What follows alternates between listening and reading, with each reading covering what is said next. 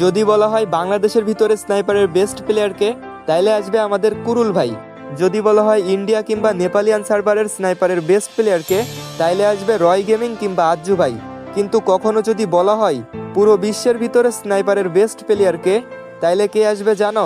আমি জানি তোমরা অনেকেই বুঝতে পারছো আমি কার কথা বলতে চাচ্ছি। হ্যাঁ, এক সময়ের স্নাইপারের রাজা এবং হাজারো ফ্রি ফায়ার প্লেয়ারের ইমোশন বিটুকের কথা বলতেছি।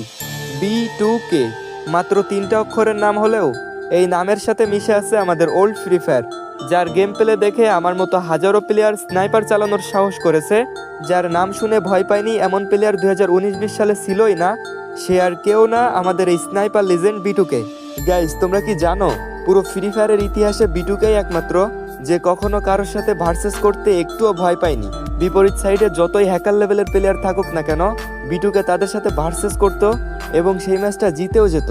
2019 সালে তৈরি হওয়া এই স্নাইপার লিজেন্ডকে আমরা 2025 সালে এসেও ভুলতে পারি নাই।